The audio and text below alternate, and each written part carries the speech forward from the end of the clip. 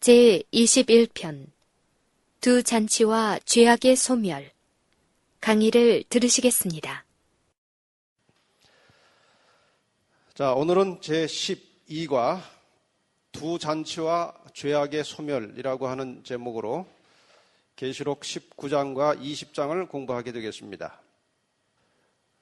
요한은 이 계시를 통해서 지구의 그 인류 역사가 진행되는 동안에 이 땅에 일어나고 있는 구속사업, 하나님께서 지금 이 땅을 구원하시기 위해서, 인류를 구원하시기 위해서 일하고 계신데, 이 구속사업과 관련된 하늘의 장면들과 또 이 땅에서 일어나는 여러 가지 사건들을 계시를 통해서 요한이 보고 있는 것입니다.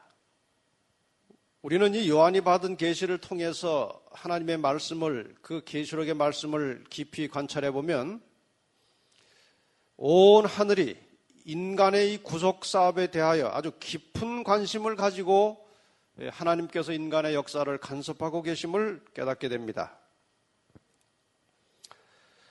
그리고 이 땅에서는 인간을 죄악과 파멸로 끌고 가는 사단의 그 맹렬한 활동과 예수 그리스도께서 성령의 역사를 통해서 이루어 가시는 구속 사업이 함께 충돌하면서 여러 가지 불행한 일들이 연속 일어나고 있습니다.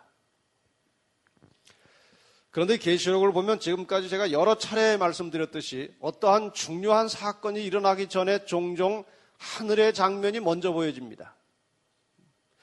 막 일어날 이 지상의 사건에 대하여 하늘에서 어떠한 관심을 보고 있는지, 또 하늘의 어떠한 배경 속에서 지금 이 사건이 막 일어나려고 하는 것인지, 그런 것들을 깨우쳐 주시기 위해서 종종 하늘의 장면이 먼저 보여지고 그 다음에 계시가 내려집니다. 계시록 6장에 인치는 사건에서도 그 6장 시작되기 전에 4장과 5장의 하늘의 장면, 하나님의 보좌 주변의 모습이 먼저 나타난 적이 있고요. 계시록 14장에 이 지구의 인류를 향해서 보내는 마지막 초청과 경고의 기별, 나타나기 전에 먼저 14만 4천이라고 하는 하나님의 택함받은 구원받은 백성들이 하늘에 있는 장면이 먼저 나옵니다. 지금 19장에서도 하늘의 장면이 먼저 보인 후에 또 이 땅에서 일어날 사건들이 나타나는 것입니다. 14장 후반부에 포도송이 추수로부터 시작해서 오늘 공부하시게 될 20장 마지막까지의 내용을 보면 이 땅의 죄악의 세력이 멸망해 가는 과정이 점점 더 심화되고 확대되어 가고 있는 것을 깨닫게 됩니다. 사실 15장부터 20장까지는 악인들이 이 죄악의 세력이 멸망해가는 장면이 각각 다른 측면에서 반복 기록되고 있습니다. 15장부터 20장까지는 이 죄악의 세력이 어떻게 망해가는지를 보여주는 것입니다.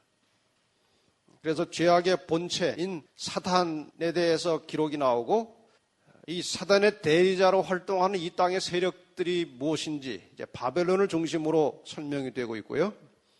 그 다음에 그 바벨론의 역할이 무엇이고 그 바벨론은 왜 멸망을 하게 되는지, 또 그 심판의 절차가 어떻게 이루어지는지, 멸망해가는 과정이 어떻게 이제 전개되는지, 또 어떤 방법으로 이 땅이 죄악이 멸망되는지, 이러한 모든 내용들을 15장부터 20장까지의 내용이 상세하게 우리에게 가르쳐주고 있는 것입니다. 그럼 이제 19장 본문으로 들어가겠습니다. 1절부터 3절까지를 읽으면서 이 허다한 무리의 음성에 대하여 잠시 살펴보겠습니다. 일 후에 내가 들으니 허다한 무리의 큰 음성 같은 것이 있어 가로되 할렐루야, 구원과 영광과 능력이 우리 하나님께 있도다. 그의 심판은 참되고 의로운지라. 음행으로 땅을 더럽게 한 큰 음녀를 심판하사 자기 종들의 피를 그의 손에 갚으셨도다 하고, 두 번째 가로되 할렐루야 하더니 그 연기가 세세토록 올라가더라. 여기 허다한 무리라고 하는 것이 나옵니다. 허다한 무리. 많은 사람들, 이 사람들이 지금 하늘에 있는 장면으로 나타난 것입니다. 그럼 여기 허다한 무리들이 과연 누군가? 이제 이것을 해석하는 사람마다 각각 약간의 의견의 차이가 있습니다. 그 허다한 무리가 하늘의 천군 천사들인지 아니면 천군 천사들과 구원받은 성도들이 합쳐진 것인지 아니면 구원받은 성도들을 가리키는 것인지 이것을 확실하게 분간하기는 그 문맥으로만 가지고는 쉽지 않습니다. 그러나 일반적으로 계시록 7장 9절과 10절에 나오는 아무라도 능히 셀 수 없는 큰 무리 이 기록이 나옵니다. 계시록 7장에. 그 다음에 계시록 14장 1절로 3절에 어린 양과 함께 시온산에 서 있는 14만 4천 14만 4천이라고 하는 것이 실수이든지 간에 상징수이든지 간에 그런 수가 이렇게 한꺼번에 있으면 몇 명인지 잘 모릅니다. 그냥 허다하게 많은 사람들로 보이는 것입니다. 그 다음에 계시록 15장 2절로 4절에 보면 그 구원받은 무리의 특성을 가리켜서 짐승과 그의 우상과 그의 이름의 수를 이기고 벗어난 자들이다. 그렇게 설명하고 있습니다. 어쨌든 이 19장의 허다한 무리를 지금 말씀드린 그 세 곳에 나오는 그 무리들과 같이 보는 것이 일반적인 견해입니다. 이들이 이제 할렐루야 구원과 영광과 능력이 우리 하나님께 있도다. 그의 심판은 참되고 의로운지라. 이렇게 하면서 하나님을 찬양하는 하나님께 영광 돌리는 이제 노래가 나옵니다.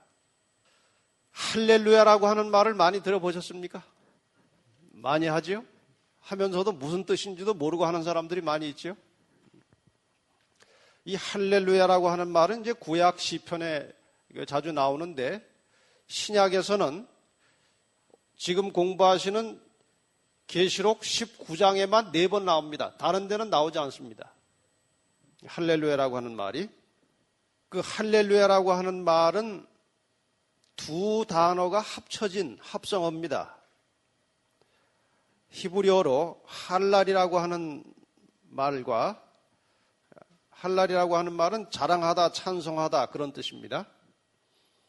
여호와를 줄여서 야훼라고 하는데 그 야훼의 히브리어 중에 제일 앞에 있는 부분만 줄여서 야 그것을 따온 것입니다. 그래서 말 그대로면 할랄야야 할랄야인데 합쳐서 부르기 좋게 아마 음을 또 추가시킨 것 같습니다.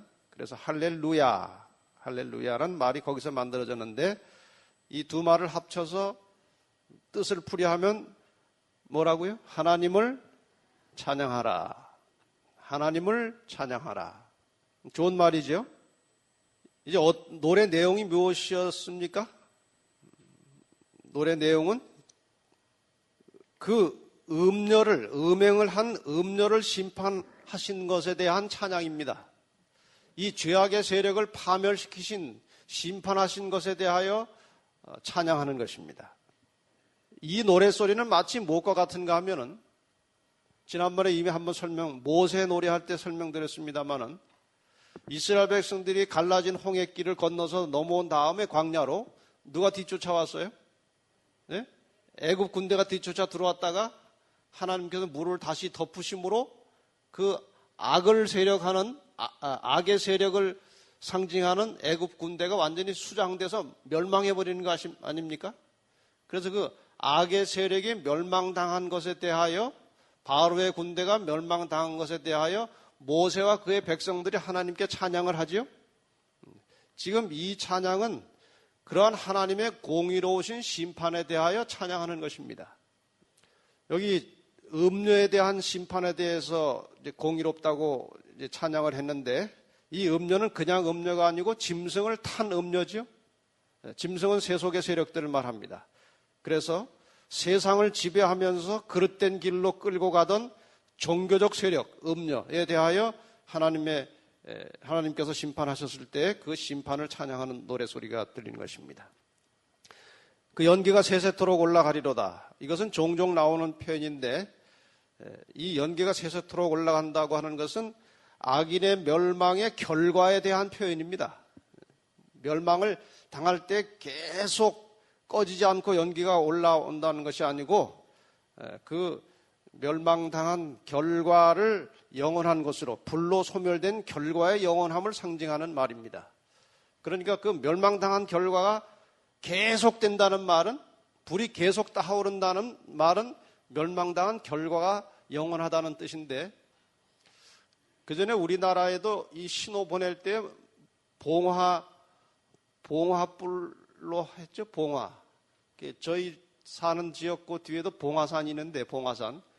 그 봉화산 꼭대기에 올라가면은 그 대가 있어서 거기서 이제 불을 놔서 연기를 뿜어가지고 그 다음 봉우리에 이렇게 연락하는, 아마 그런 연락하는 그 신호를 보내는 장소인데, 예를 들어서 어떤 연기가 올라가면은 어떤 것이다 하면 이제 그 다음에 봉화가 이제 그걸 또 해가지고 저쪽 연결해서 멀리까지 이제 그 소식을 전하는 것 아닙니까? 그럼 이쪽에서 불이, 연기가 계속 오르고 있다고 하는 것은 계속해서 그 신호를 보내라고 하는 뜻입니다. 그러니까 연기가 계속 타오른다는 말은 불이 안 꺼진다는 말이 아니고 그 심판의 결과가 영원하다, 그 뜻을 가리키는 것입니다. 그 다음에 이제 이어서 19장 4절과 5절에 보면 24장로와 네 생물의 노래가 나옵니다. 4절과 5절 보겠습니다. 또 24장로와 네 생물이 엎드려 보좌에 앉으신 하나님께 경배해 가로되 아멘 할렐루야 하니, 여기 또 할렐루야가 나오죠. 보좌에서 음성이 나서 가로되 하나님의 종들 곧 그를 경외하는 너희들아 물론 대소하고 다 우리 하나님께 찬송하라. 이 요한의 계시 가운데서 하늘의 장면을 묘사할 때는 대체로 24장로와 네 생물이 언급돼서 나옵니다. 여기에 대해서는 이미 우리가 계시록 4장 공부할 때에 설명을 충분히 했기 때문에 더 상세하게 설명을 안 하겠습니다만, 왜 이것이 나올 수밖에 없는가 하면은 하나님의 보좌 주변에 네 생물과 24장로가 자리를 같이 하고 있기 때문에 하늘이 펼쳐지고 그 하늘의 중심이 되는 하나님의 보좌가 나타나면 자연히 네 생물과 24장로가 나타나고 그들이 하나님을 경배하고 찬양하는 소리가 같이 이제 들리는 것입니다. 이 구속 사업에, 이 땅에서 이루어지고 있는 구속 사역에 이 24장로와 네 생물이 같이 협력하고 있음을 보게 됩니다. 24장로가 이제 한 말은 무엇인가 하면은 하나님의 24장로가 한 말일 수도 있고 또 다른 어떤 소리일 수도 있어요. 이 소리는 5절에 보면 어디서 나온 소리인가 하면은 보좌에서 음성이 나서 가로되 했어요. 근데 요한이 이제 그 보좌 쪽에서 나온 소리로 들었는데 이 소리를 네 생물과 24장로가 한 것인지 아니면 하나님께서 보내시는 소리인지 그건 모르겠는데 내용을 보면 이 24장로와 네 생물이 내는 소리 같아요. 뭐라고 합니까? 같이 한번 읽어보십시다. 하나님의 종들, 거기부터 시작. 하나님의 종들 곧 그를 경외하는 너희들아 물론 대소하고 다 우리 하나님께 찬송하라. 그런 소리가 들렸습니다. 하나님을 믿는 그의 백성들에게 누구든지 다 하나님께 찬양하고 찬송하라고 하는 소리가 들렸습니다. 이것은 우리가 이제 두 가지로 또 요약해 볼 수가 있습니다. 요약할 수가 있는데요. 아까는 무엇에 대한 찬양의 노래였습니까? 심판에 대한, 공의로우신 심판에 대하여 하나님을 찬양하고 노래한 것입니다. 심판에 대하여. 그 다음에 지금 여기에 하나님의 종들, 그를 경외하는 모든 자들에게 하나님께 찬송하라고 하는 것은 구원에 대한 감사의 노래를 부르라고 하는 것으로 우리가 볼 수 있습니다. 그래서 하나님의 백성들이 이 땅에서 마지막 어려운 환난과 고난을 통과해서 구원받은 다음에 부를 노래의 내용은 정해져 있는 것입니다. 악의 세력을 멸망시키신 하나님을 찬양하고 영광 돌리고 그 속에서 나를 구원해 주신 하나님께 감사하고 영광 돌리는 것입니다. 그렇지 않겠습니까? 그래서 지금 그 노래가 이제 들려오는 것입니다. 그 다음에 이제 장면이 잠시 바뀌면서 잔치가 벌어집니다. 19장 6절로 21절에 보면 두 개의 잔치가 벌어지는데 281페이지로 넘어가셔서 그 첫 번째 잔치에 대하여 잠깐 보십시다. 6절부터입니다. 또 내가 들으니 했습니다. 또 내가 들으니. 먼저는 어디서 음성이 났다고 했습니까? 5절에 보면 보좌에서 음성이 나서 말했고 하나님의 종들에게 하나님을 찬양하라고 하는 소리가 들려왔습니다. 거기에 이어진 소리입니다. 이어져서 다시 6절에 뭐라고 되어 있습니까? 6절 한번 읽어보십시다. 시작. 또 내가 들으니 허다한 무리의 음성도 같고 많은 물소리도 같고 큰 뇌성도 같아서 가로되 할렐루야 주 우리 하나님 곧 전능하신 이가 통치하시도다. 이 소리가 그 출처가 어딘지는 요한도 확실하게 모르고 소리만 들은 것 같아요. 그래서 허다한 무리의 소리도 같고 또 많은 물소리도 같은데 어쨌든 소리가 나기를 할렐루야 주 우리 하나님 곧 전능하신 이가 통치하시도다 라고 하는 소리가 들렸습니다. 계속해서 우리가 즐거워하고 크게 기뻐하여 그에게 영광을 돌리세. 어린 양의 혼인 기약이 이르렀고 그 아내가 예비하였으니 그에게 허락하사 빛나고 깨끗한 세마포를 입게 하셨은즉 이 세마포는 성도들의 옳은 행실이로다 하더라. 천사가 내게 말하기를 기록하라. 어린 양의 혼인 잔치에 청함을 입은 자들이 복이 있도다 하고 내게 말하되 이것은 하나님의 참되신 말씀이라 하기로 내가 그 앞에 엎드려 경배하려 하니 그가 나더러 말하기를 나는 너와 및 예수의 증거를 받은 내 형제들과 같이 된 종이니 삼가 그리하지 말고 오직 하나님께 경배하라. 예수의 증거는 대언의 영이니라. 지금 공부하신 이 부분은 상당히 어려운 부분 중에 하나입니다. 이것만 가지고도 한 두세 시간 할 만큼 상당히 많고 중요한 부분인데 여러분에게 꼭 필요한 내용만 요약해서 설명을 드리겠습니다. 잔치가 시작되었습니까? 잔치가 시작되기 전입니까? 예? 잔치가 아직 시작이 안 됐죠? 혼인 기약이 어떻게 됐다? 이르렀다. 가까이 왔다는 것이죠. 비유로 하자면, 결혼 비유로 하자면 청첩장이 다 돌려지고 결혼식 날짜가 가까이 오고 있는 중입니다. 그렇게 이해하면 되겠습니까? 혼인계약이 이르렀고. 그러니까 청첩장을 받은 사람들은 모두가 다 기뻐하고 즐거워하고 있습니다. 요즘 현실하고는 조금 다르죠? 요즘 현실적으로는 청첩장이 하도 자주 많이 와가지고 오면은 이거 3만 원 해야 되나 5만 원 해야 되나 10만 원 해야 되나 이번 달엔 왜 이렇게 많이 나가나 그렇게 기뻐하고 즐거워하진 않지만 이 마지막 어린 양의 혼인잔치는 우리가 축의금 내는 잔치가 아니고 완전히 우리의 영원한 구원이 이루어지는 정말 엄청난 시간이기 때문에 모두가 다 함께 즐거워하고 기뻐하게 되는 것입니다. 여기에 세 부류가 나옵니다. 신랑이 나오고 신부가 나오고 청함을 받은 사람이 나옵니다. 신랑은 누굴까요? 두말할 것도 없이 예수 그리스도이십니다. 왜냐하면 성경에 여러 곳에 예수님을 신랑에 비유하고 있습니다.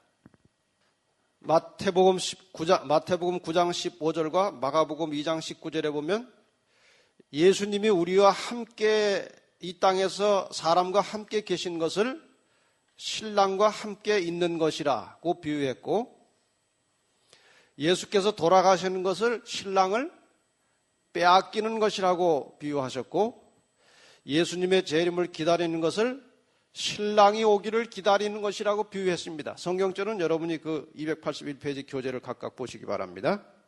그래서 신랑은 분명히 누구십니까? 예수님이십니다. 신부는 누굴까요? 이게 어려운 부분이에요. 우리가 신부하면 보통 우리다 그렇게 생각합니다, 우선. 그런데 사도 바울도 그런 식으로 설명을 일단 한 것이 있죠. 고린도서 11장 2절에 보면 내가 하나님의 열심으로 너희를 위하여 열심 내노니 내가 너희를 정결한 처녀로 한 남편인 그리스도께 드리려고 중매했다고 했습니다. 그러니까 신랑은 예수님이시고 우리는 신부로 돼 있는 것이 확실합니다. 그런데 좀 더 넓은 의미로 쓰여지고 있어요. 여기에서는 요한계시록 자체가 신부에 대하여 구체적으로 명시하기를 새 예루살렘이라고 하고 있습니다.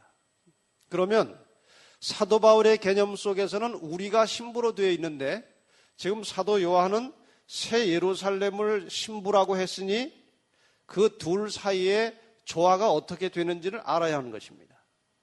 우선 사도 요한의 설명을 보실까요? 2절. 또 내가 보매 거룩한 성 새 예루살렘이 하나님께로부터 하늘에서 내려오니 그 예비한 것이 신부가 남편을 위하여 단장한 것 같더라. 이것은 그냥 비유처럼 넘어갈 수도 있는 것이기 때문에 괜찮은 것 같은데 9절과 10절에 보면 아주 명백하게 신부에 대하여 설명하고 있습니다. 7 대접을 가지고 마지막 7 재앙을 담은 7 천사 중 하나가 나와서 내게 말하여 가로되. 여러분 이 점을 잘 보세요. 지금 7 재앙이 어디서 시작되었습니까? 7 재앙이 계시록 몇 장에서 시작되었습니까? 15장부터 7 재앙의 배경이 시작돼 가지고 16장에 7 재앙이 내리지 않았습니까? 근데 지금 계속해서 아직도 7 재앙과 관련된 천사들이 등장하고 있습니다. 제가 아까 말씀드렸죠. 15장부터 20장까지는 계속해서 무엇이 멸망해가는 과정이라고요? 바벨론 악의 세력이 망해가는 것입니다. 연속되고 있는 같은 악인의 멸망의 상황이 여러 가지 각도에서 반복 설명되고 있어요. 여기서도 역시 그 7 재앙을 담은 그 7 대접을 가지고 있던 천사 중에 하나가 나와서 말하는 것을 보면 확실히 거기에 연결입니다. 내가 신부 곧 어린 양의 아내를 내게 보리라 하고 성령으로 나를 데리고 크고 높은 산으로 올라가 하나님께로부터 하늘에서 내려오는 거룩한 성 예루살렘을 보이니. 지금 천사가 요한에게 무엇을 보이겠다고 했습니까? 신부를 보여주겠다. 어린 양 되신 예수의 아내를 보여주겠다. 그렇게 했죠. 그렇게 해놓고 성령으로 자기를 이끌고 데리고 가서 보여주는데 뭘 보여줬습니까? 거룩한 성 새 예루살렘을 보여주었으니 이 말대로 하면 누가 신부예요? 예루살렘이 신부예요. 여러분들에게는 약간 생소한 내용인지 모르지만 이제 조화를 이루어가면 이해가 갈 것입니다. 요한계시록에서 예루살렘은 바벨론과 상대적으로 쓰여지는 말입니다. 바벨론의 상대는 예루살렘이에요. 바벨론은 실제적으로 우상숭배의 나라였음과 동시에 상징적으로도 영적으로도 타락하고 배도한 교회를 가리킨 것입니다. 예루살렘도 이것은 삼중의 의미를 갖게 되는데 예루살렘은 실제 이스라엘 나라에 뭐가 있었습니까? 예루살렘이 있었고 예수님께서 우리를 위해서 준비하러 하늘로 올라가셔서 만들어 놓은 성도 실제로 예루살렘이고 이것은 또 다시 영적으로 교회를 가리키는 말이기도 합니다. 자, 바벨론이라고 하는 말은 악인들의 집합체로서의 의미를 갖습니다. 상징적으로 쓸 때 맞습니까?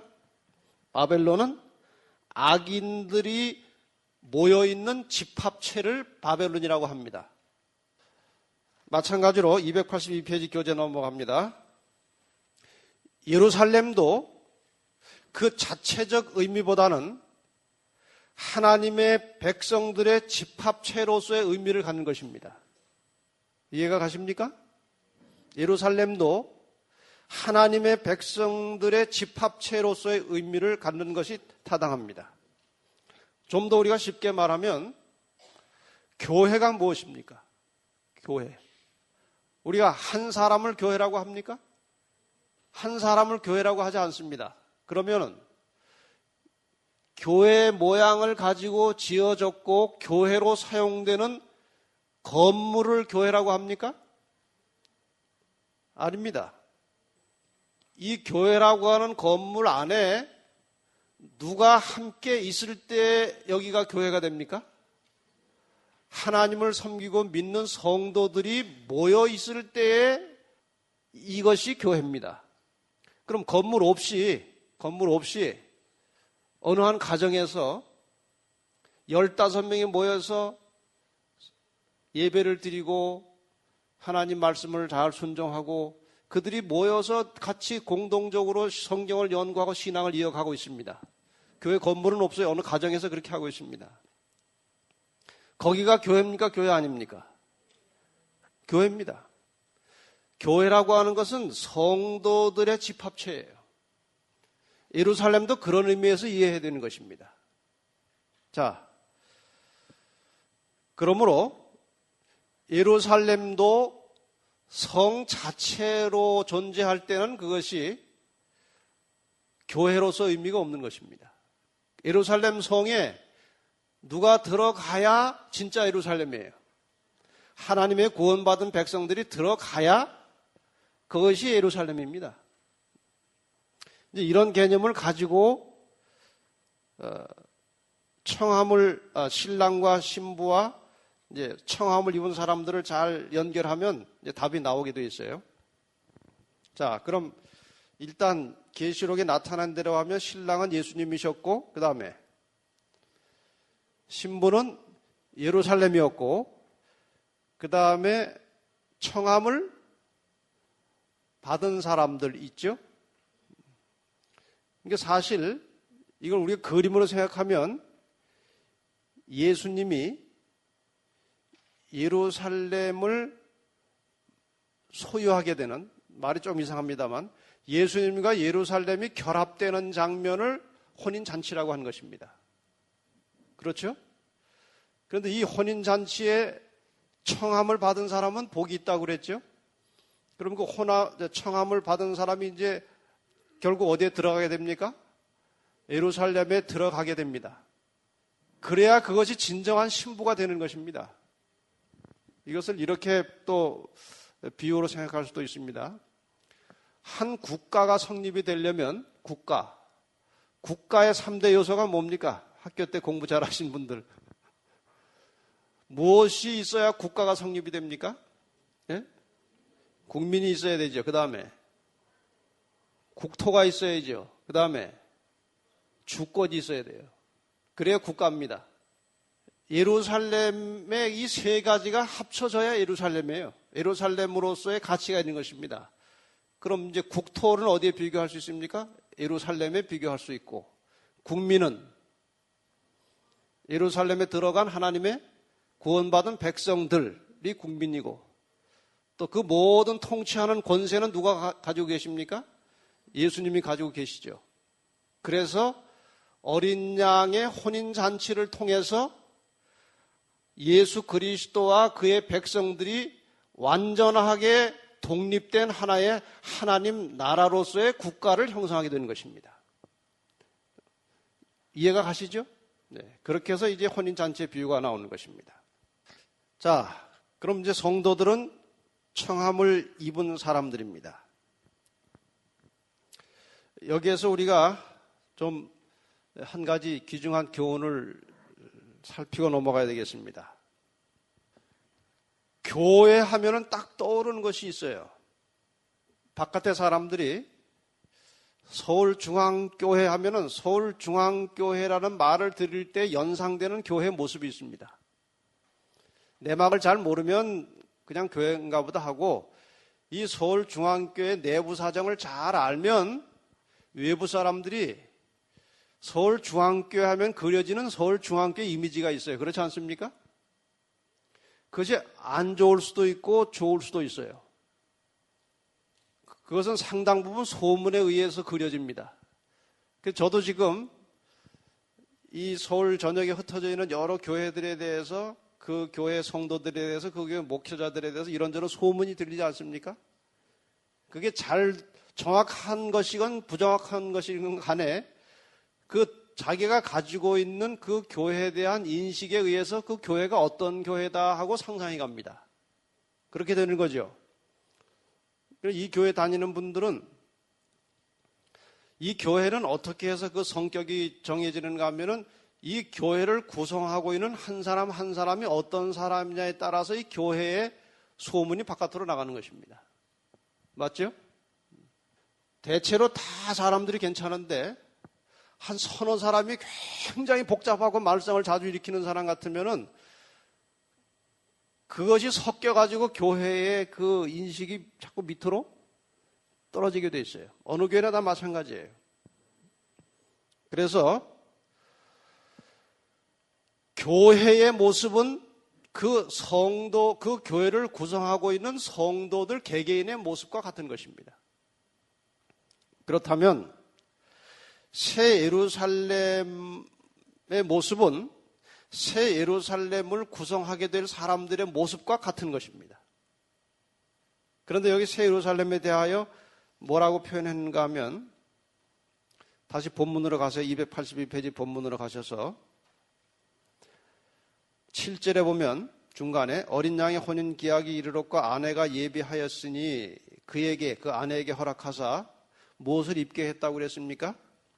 깨끗한 세마포를 입게 하셨은즉, 이 세마포는 뭐라고요? 성도들의 옳은 행실이로다. 그 아내가, 신부가 뭘 입었어요? 지금 상징적으로 세마포를 입었습니다. 그냥 세마포가 아니고 무슨 세마포요? 빛나고 깨끗한 세마포를 입고 신부로서 단장하고 준비했다 이것입니다. 그렇다면 어린 양의 아내로 상징된 새 예루살렘이 빛나고 깨끗한 세마포를 입었다면 그 안에 들어갈 하나님의 백성들도 무엇을 입어야 한다는 것입니까? 빛나고 깨끗한 세마포를 입어야 할 것인데, 그 빛나고 깨끗한 세마포는 곧 무엇이라고 그랬습니까? 성도들의 옳은 행실이라 그랬습니다. 그렇다면 어떤 사람들이 새 예루살렘 성의 초청을 청함을 받은 사람들입니까? 어떤 사람들이 그 안에 들어갈 사람들입니까? 이 땅에 사는 동안에 올바른 행실을 하는 사람들이 그 안에 들어가는 것입니다. 왜 그런지 이해가 가시죠? 새 예루살렘이 뭘 입고 있다고 그랬습니까? 상징적으로 빛나고 깨끗한 세마포를 입었으니 그 새 예루살렘에 들어갈 성도들도 빛나고 깨끗한 세마포를 입어야 할 것인데, 그 빛나고 깨끗한 세마포는 곧 성도들의 옳은 행실이라고 했으니 그 성에 청함을 받은 사람들은 올바른 행실을 가지고 사는 사람들입니다. 세마포라고 하는 말이 신약에 꽤 여러 번 나옵니다.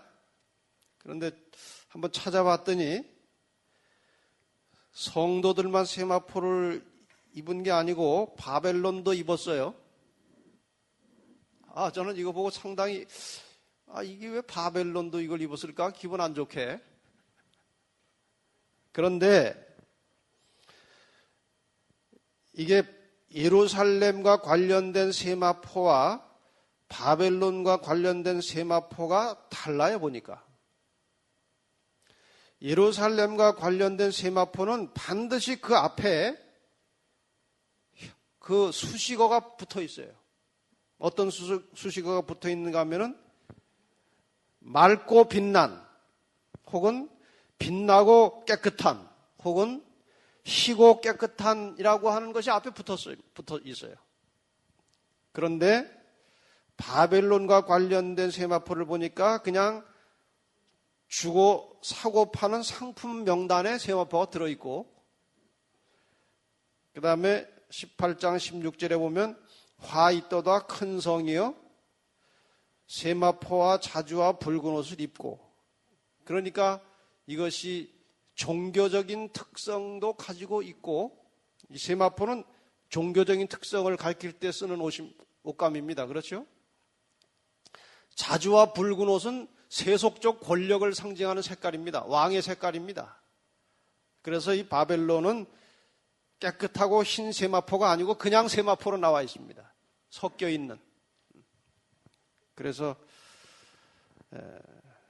성도들은 반드시 바벨론에 상대되는 맑고 빛나고 희고 깨끗한 세마포를 입고 사는 사람들이 이제 새 예루살렘에 들어갈 것이다. 그런 의미로 우리에게 교훈을 주고 계십니다.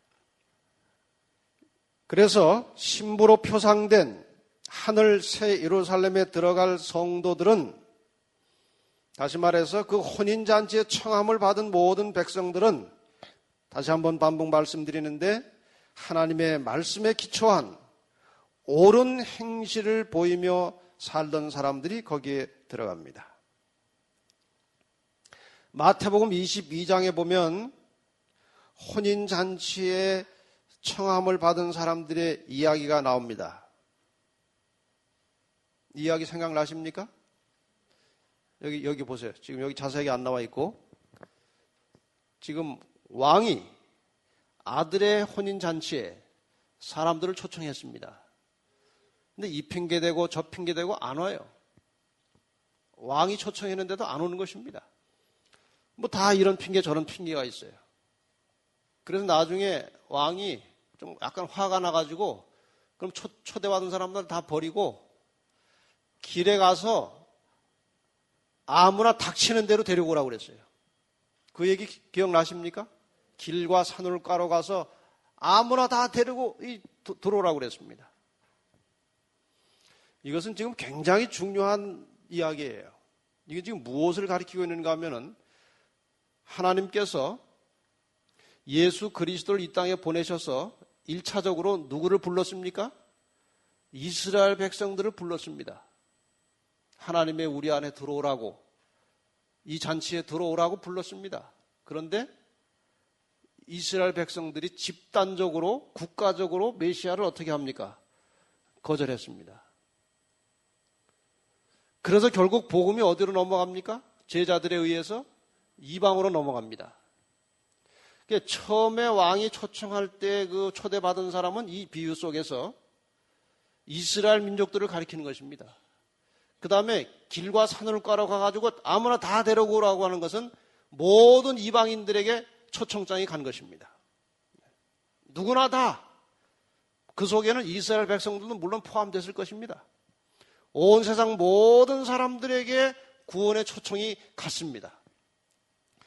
그래서 많은 사람들이 그 잔치에 들어왔어요. 들어왔는데 이 이야기 속에 보면 예복을 입지 않고 들어온 사람들이 있었습니다. 그 당시 유대 나라의 아마 결혼 풍습에 잔치에 들어올 때는 예복을 입고 들어와야 했던 것입니다. 근데 예복을 안 입고 들어왔어요. 그래서 주인이, 임금이 종들에게 그 예복 안 입고 들어온 사람들은 결박해서 어두움에 내어 쫓으라고 그랬어요. 내어 던지라 그랬습니다. 예복을 왜 안 입고 들어왔느냐? 그 예복이 바로 지금 19장 좀 전에 설명드렸던 세마포 옷입니다. 의미는 뭐라고요? 옳은 성도들의 옳은 행실이에요. 오늘날 세마포 옷을 입고 교회를 다니는 사람들은 많은데, 지금 이 적용을 잘 들으시기 바랍니다.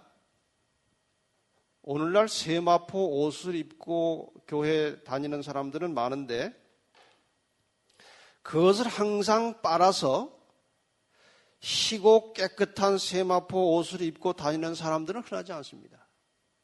맞습니까? 예수를 믿는다고 하는 그 믿음 자체를 우리가 세마포로 볼 수 있어요. 근데 세마포 옷은 다 걸치고 있어요. 예수 믿고 구원 받았다 이것입니다. 그런데 그 세마포 옷을 빨질 않아가지고 아주 더러운 세마포를 걸치고 오는 사람들이 있어요. 그런 사람들이 교회 안에 많이 있습니다. 성도들이 입는 세마포는 언제나 희고 깨끗한 세마포 옷입니다. 그러려면 어떻게 해야 합니까? 빨아 입어야지요. 맞습니까? 빨아 입어야지요. 계시록 22장 14절 한번 확인하고 넘어가겠습니다. 계시록 22장 14절입니다. 계시록 22장 14절. 성경 가지신 분들 같이 한번 읽어보겠습니다. 찾으셨으면 시작. 그 두루마기를 빠는 자들은 복이 있으니 이는 저희가 생명나무에 나아가며 문들을 통하여 성에 들어갈 권세를 얻으려 함이로다. 이 성은 무슨 성일까요? 예루살렘 성이지요. 어떤 사람들이 성에 들어갈 권세를 얻는다고요? 두루마기를 빨아입는 자들이 생명나무에 나아가며 문들을 통하여 성에 들어갈 수 있다. 어디에 빱니까? 그리스도의 보혈로, 하나님의 말씀으로, 기도로 늘 이 두루마기를 빨아입어야 하는 것입니다. 빨아입는다는 것이 무엇인가? 이 두루마기를 빠는 자들은 복이 있나니 이 말이 그 킹 제임스 버전이라고 하는 영어 성경에 보면은 전혀 다른 말로 나와 있습니다. 지난번에도 제가 한번 설명드렸나 모르겠습니다만 이건 아주 굉장히 중요한 의미를 갖는 것입니다. 뭐 영어를 이해하시는 분들을 위해서 조금 여기다가 쓰겠습니다. blessed are라고 하는 것은 복이 있을지어다 그 말입니다. 복이 있을지어다. blessed are. they는 뭐 사람들, 그들 이런 사람들에게 복이 있을지어다 그 말이에요. 이런 사람들에게 복이 있을지어다. 어떤 사람들인가? 이 어떤 사람들인가를 설명하기 위해서 이제 중간에 들어가는 말이 이 that이라고 하는 말이 들어갑니다. that do his commandment 이렇게 되어 있어요. 지금 두루마기를 빨아입는 자들이 복이 있다는 말이요. 킹 제임스 버전에 보면은 Blessed are they that do his commandments 이렇게 나와요. 누구에게 복이 있다는 말인가 하면 do는 무엇을 하다, 실천하다 그런 뜻이고 his commandment는 하나님의 계명입니다. 하나님의 계명을 지키는 자들이 복이 있도다 그렇게 나와요. 그러면은 두루마기를 빠는 것과 하나님의 계명을 지키는 것과는 같은 뜻으로 사용된다는 말입니다. 빠는 것은 무엇인가? 우선 더러운지 안 더러운지가 보여야 되지 않습니까? 그렇지 않아요? 이렇게 만져봐가지고 더러운지 깨끗한지 알아요? 잘 모르죠? 그럼 더러운지 깨끗한지 자기 자신의 옷이 지금 더러운지 깨끗한지 하려면 이제 거울을 비춰봐야 되겠죠? 계명이 바로 무엇입니까? 거울입니다. 계명 앞에 서야 자기가 더러운지 깨끗한지가 드러납니다. 뭐 좀 더 구체적으로 가면 예수 그리스도 앞에 서면 그분의 말씀 앞에 서면 내가 더러운지 깨끗한지가 드러나게 됩니다. 그럼 더러운 것이 발견이 됐습니다. 어떻게 합니까 이제? 빨아야 되죠. 빤다는 것은 무엇입니까? 계명에 있는 대로 다시 자기 자신의 생활을 순종하는 것입니다. 그게 빠는 거예요. 그렇게 자꾸 하나님 말씀을 순종하면서 사는 생활이 빨아입는 생활입니다. 왜 빨아입는다고 했을까요? 언제나 완벽하게 사람들이 계명을 항상 순종할 수 없어요. 성령의 도우심이 필요하고 실수하면 다시 또 빨아입고 해야 되는 것입니다. 그래서 우리가 비록 연약하지만 늘 예수 그리스도와 그분의 말씀을 바라보고 성령의 역사를 힘입어서 자신의 삶을 하나님의 계명의 정신과 그 말씀에 맞추어 나아가는 생활을 두루마기를 빨아입는 것이라고 하는 것입니다. 그 사람들이 어디를 들어간다는 겁니까? 새 예루살렘 성에 들어갈 수 있다는 것입니다. 얼마나 명백합니까, 원리가. 이렇게 해서 이제 세마포와 관련된 중대한 교훈을 마치고 283페이지로 넘어갑니다. 283페이지입니다.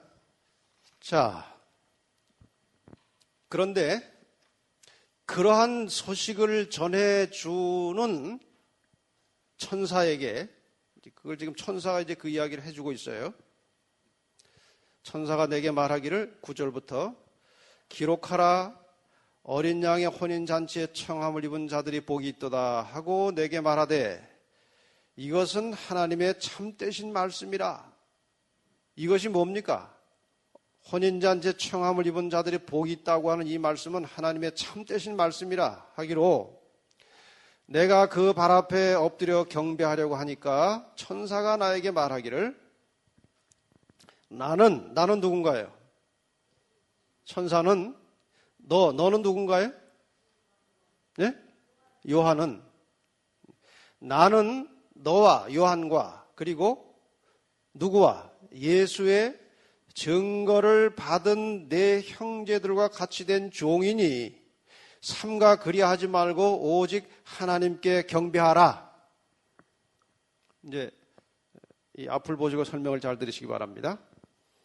요한이 지금 이 기별을 주는 천사에게 너무 감격하고 또 이제 약간 두려운 마음도 있고 그를 경외하고 싶어서 앞에 절을 하려고 했더니 천사가 뭐라고 했습니까? 나한테 경배하지 마라. 나는 너 요한과 예수의 증거를 받은 형제들과 동등한 종이니 경배는 나한테 하지 말고 누구에게만 하라? 하나님께만 하라는 것입니다. 그럼 여기에서 우리가 해결할 문제가 하나 있어요.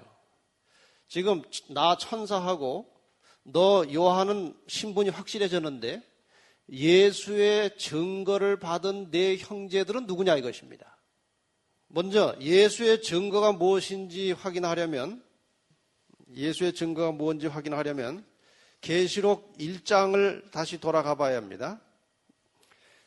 여러분 계시록 1장 2절을 보시면 중간에 무슨 말이 나오는가 하면은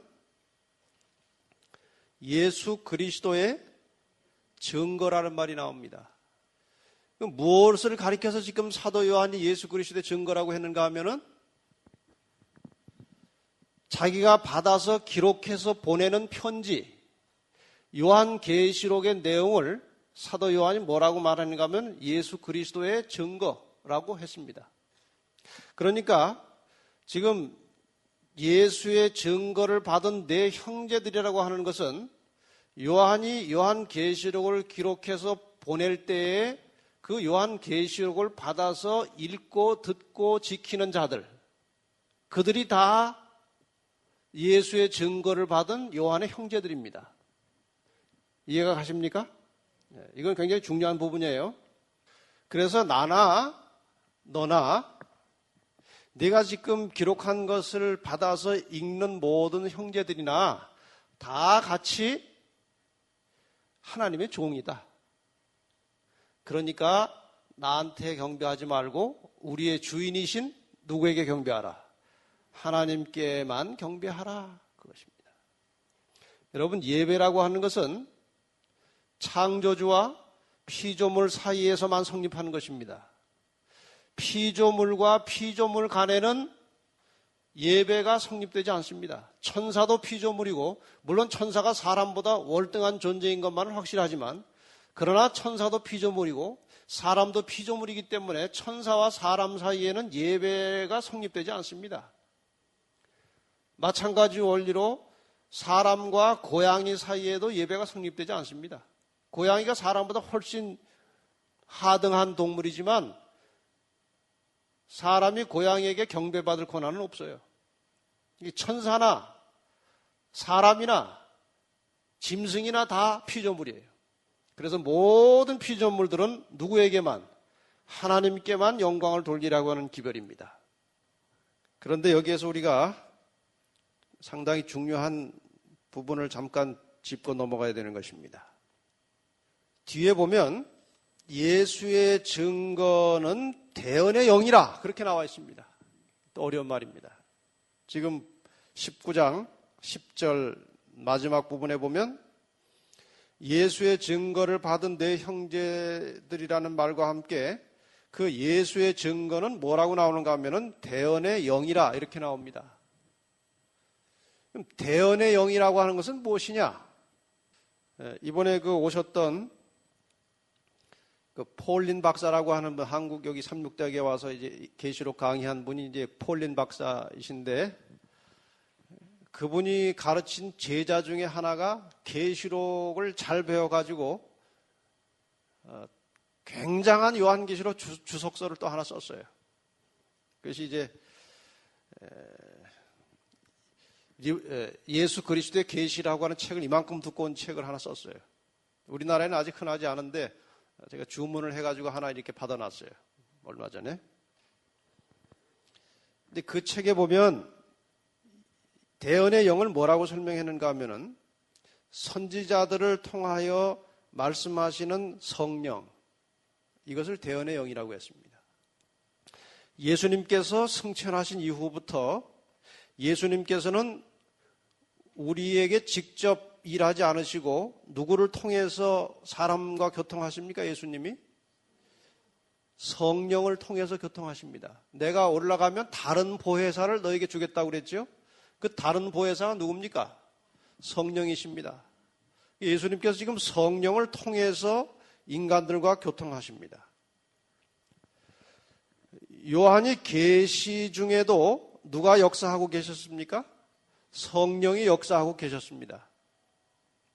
계시록 20장 10절에 보면 아까 이미 읽었던, 아까 잠깐 봤던 것입니다만은, 예루살렘을 내가 신부를 너에게 보이리라, 신부를 보여주겠다 하고 성령으로 나를 데리고 가서 보여주셨는데 예루살렘을 보여주셨다, 그렇게 되어 있습니다.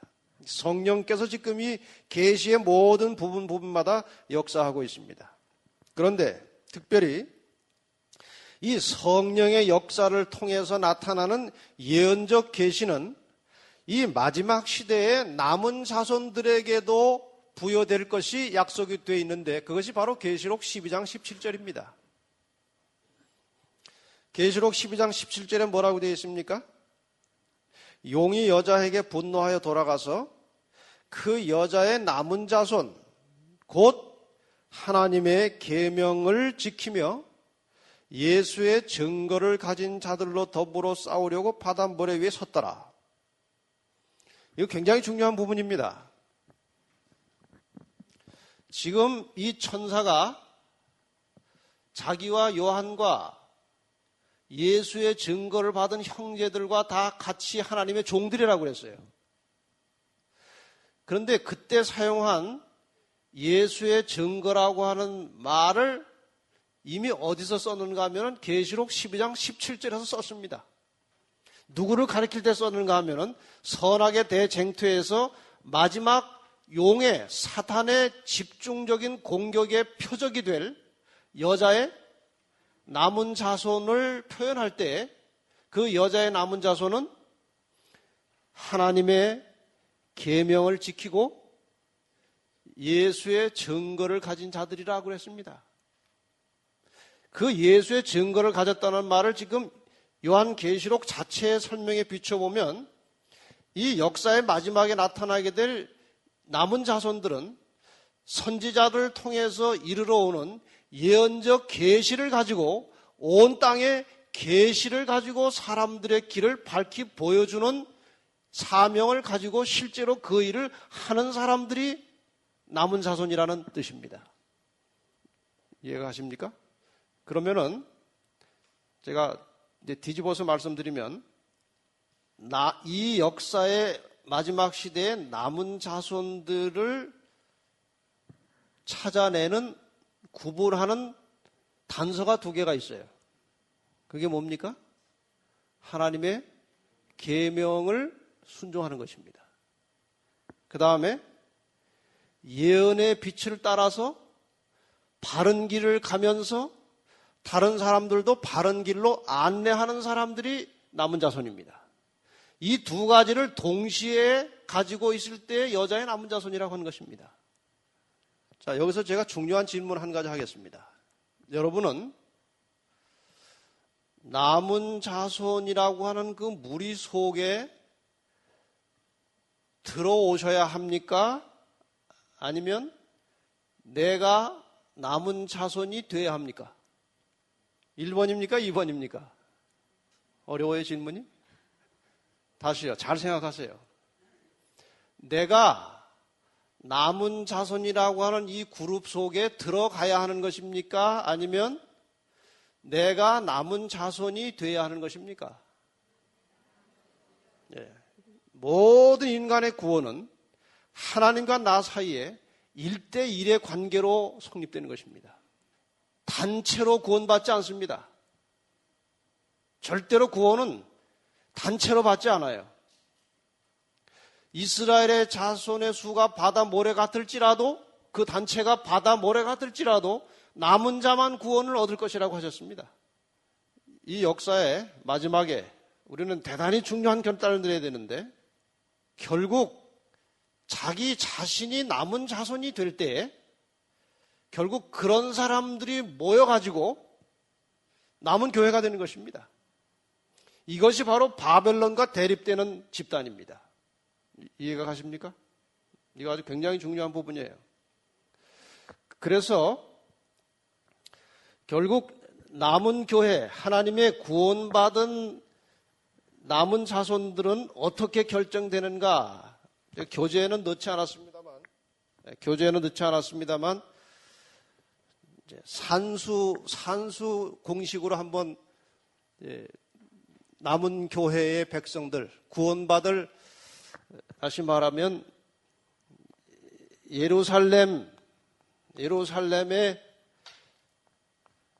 들어갈 시민들이 어떤 사람들인지, 이 제7일 안식일 예수 재림교회라고 하는 것은 잘 들으시기 바랍니다. 또 오해하시면 안 되고 잘 들으시기 바랍니다. 제7일 안식일 예수 재림교회는 남은 자손들이 지키고 따라야 할 진리를 찾아내고 보존하고 발전시키는 일을 한 교회지, 이 교회 자체가 집단적으로 인간을 구원하는 교회가 절대로 아닙니다. 오해 없이 잘 들으셨습니까? 이 제7일 안식일 예수 재림교회는 역사적으로 남은 자손들이, 하나님의 참 백성들이 지키고 따라야 할 진리를 찾아내고 보존하고 발전시키는 일을 해온 것입니다. 그러므로 이 교회 안에도 얼마든지 남은 자손이 아닌 사람들이 존재할 수 있는 것입니다. 그러면 예루살렘 시민은 어떻게 결정되느냐? 이 진리를 지금까지 간직해온 재림교회로부터 이 진리를 따르지 않는 불순종하는 자들이 빠져나가야 합니다. 맞습니까? 이건 빠져나가야 돼요. 그래야 예루살렘 시민의 그룹이 형성되는 것입니다. 더하기 바벨론에서 지금 우리가 성경에 설명된 대로 이 악의 그룹을 형성하고 있는 바벨론 안에 있는 사람 중에 뭔가 분별을 못 해가지고 그냥 거기 머물러 있는 사람들이 있어요, 없어요? 그래서 계시록 18장에 내 백성아 거기서 나오라고 한 것입니다. 바벨론에서 뭐가 나와야 합니까? 내 백성이 나와야 합니다. 그래서 바벨론에서 나온 하나님의 백성과 재림교회로부터 불순종하는 자들이 떨어져 나간 후에 이 둘이 합쳐져서 예루살렘 시민이 되는 것입니다. 이들이 진정한 의미에서 남은 자손들입니다. 확실합니까? 이건 굉장히 중요한 개념이에요. 그래서 이 땅에 구원받을 하나님의 백성을 대표하는 교회 이름은 존재하지 않습니다. 진정한 남은 자손이 있을 뿐입니다. 그들이 예루살렘 시민이 되는 것이고, 이 예루살렘 시민은 좀 전에 제가 말씀드린 이런 원리에 의해서 마지막 결정적으로 남게 되는 것입니다. 이 사람들이 이제 어린 양의 혼인잔치에 들어가는 것이에요. 자, 이게 이렇게 시간 여기서 보내고 있을 때가 아닌데, 이게 굉장히 중요한 주제이기 때문에 조금 강조해서 말씀을 드렸습니다. 그 다음에 이제 인간의 운명이 결판나는 예수 그리스도의 재림하는 장면이 19장 11절부터 16절까지 백마 탄자의 출현으로 나타납니다. 백마를 탄 자가 나타납니다. 11절부터 여러분 교재 283페이지입니다. 11절 또 내가 하늘이 열린 것을 보니 보라 백마와 탄 자가 있으니 그 이름은 충신과 진실이라. 그가 공의로 심판하며 싸우더라. 그가 누굽니까 지금 여기에? 백마를 타고 나타난 자가 누굽니까? 예수 그리스도이십니다. 그 다음에 보면 계시록에 나타난 여러 예수님에 대한 묘사가 반복해서 나옵니다. 그 눈이 불꽃 같고 그 머리에 많은 면류관이 있고 또 이름 쓴 것이 하나가 있으니 자기밖에 아는 자가 없고 13절 그가 피 뿌린 옷을 입었는데 그 이름은 하나님의 말씀이라 칭하더라. 하늘에 있는 군대들이 희고 깨끗한 세마포를 입고 백마를 타고 그를 따르더라. 그의 입에서 이한 검이 나오니 이한 검은 예리한 검이라는 뜻이죠. 그것으로 만국을 치겠고 친히 저희를 철장으로 다스리며 또 친히 하나님 곧 전능하신 이의 맹렬한 진노의 포도주 틀을 밟겠고 그 옷과 다리에 이름 쓴 것이 있으니 만왕의 왕이요 만주의 주라 하였더라. 여기 왜 예수님께서 재림하시는 장면이 계시록의 성경에 보면 재림하시는 장면이 여러 가지 상징적으로 나옵니다만 우리가 흔히 생각하는 것은 구름을 타고 오시리라 그런 말은 많이 나오죠. 어떤 사람들은 이것을 가지고 또 따지는 사람이 있어요. 사람이 어떻게 구름을 타냐? 구름이 물인데 수증기인데 어떻게 구름 타냐? 그것은 예수님께서 내려오실 때에 타고 내려오는 도구가 아니고 그 재림하시는 장면을 많은 천사들이 함께 오기 때문에 구름처럼 본 것이지 구름이 타는 도구가 아니죠. 그럼 여기 보니까 뭘 타고 오셔요? 말 타고 오십니다. 말 타고. 예수님이 정말 흰 말 타고 오십니까? 아닙니다. 이것도 상징이에요. 오시는 것 자체는 실제지만 그 타고 있는 말은 상징이에요. 옛날에 말은 무엇의 상징입니까? 말은 옛날에 전쟁할 때 타는 동물입니다. 지금 여기는 예수님께서 전쟁하는 모습으로 등장하십니다. 왜 전쟁하는 모습으로 나타나셨습니까? 지금 악의 마지막 세력과 싸워서 그 백성들을 건져가야 하기 때문에 전쟁하시는 예수의 모습으로 드러나는 것입니다. 자, 그러면 그 뒤에 함께 백마를 타고 같이 뒤쫓아온 자들은 천사들일까요? 구원받은 성도들일까요?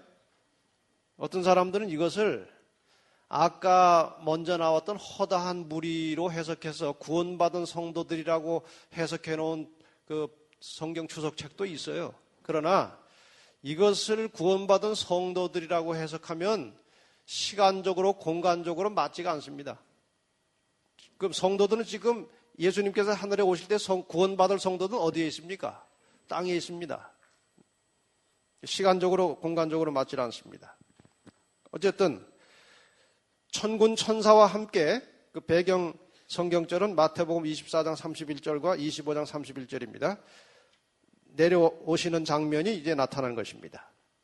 그런데 지금 이 부분은 그 내려오시는 예수 그리스도가 어떤 분이신지를 우리에게 상세하게 설명하고 있어요. 새해 보신 분은 뭐 아셨겠습니다만 여기 이름이라고 하는 말이 몇 번 나옵니까? 이름이라고 하는 말이 여러 번 나와요. 여기에 4번 나옵니다. 4번. 이 짧은 문장 속에 이름이라고 하는 단어가 4번 나와요. 이름이라고 하는 것은 그 이름을 가지고 있는 사람의 모습이나 특징을 설명하는 것입니다. 다시 말해서 여기 이름이 4번 나온 것은 백마를 타고 등장하시는, 전쟁하시는 대장 예수 그리스도의 모습으로 이렇게 나타나실 때 그 예수가 어떤 분이신지를 우리에게 설명하기 위해서 이름이라는 말이 4번이나 나옵니다. 자, 첫째 이름은 뭔가요? 충신과 진실이라고 나옵니다. 지금 이 말은 무슨 뜻인가 하면은 지금 예수께서 그 모습으로 오는 것은 이 땅에서 악의 세력으로부터 고난당하는 백성들을 구원하시기 위해서 오시는 거죠. 이것은 충신과 진실이라는 이름은 무슨 뜻인가 하면은 그 백성들을 구원하시겠다는 약속을 충실하게 틀림없이 이행하실 분이다. 여기 이해라고 되어 있는데 이행으로 고치시기 바랍니다. 약속을 충실히 이행하실 분으로 묘사하기 위해서 충신과 진실이라는 말을 사용한 것으로 봅니다. 그 다음에 또 하나의 이름은 나오긴 나오는데 자기밖에 알지 못하는 이름이 또 있었습니다. 여러분, 우리가 예수님에 대해서 모든 것을 다 이해할 수 있습니까? 이해할 수 없어요.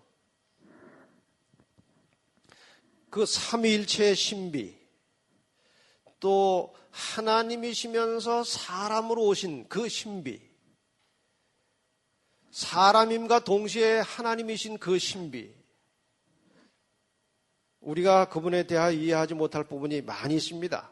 그래서 자기밖에 알지 못하는 또 다른 이름을 가지신 분. 세 번째, 또 다른 이름은 하나님의 말씀이라고 했습니다. 하나님의 말씀.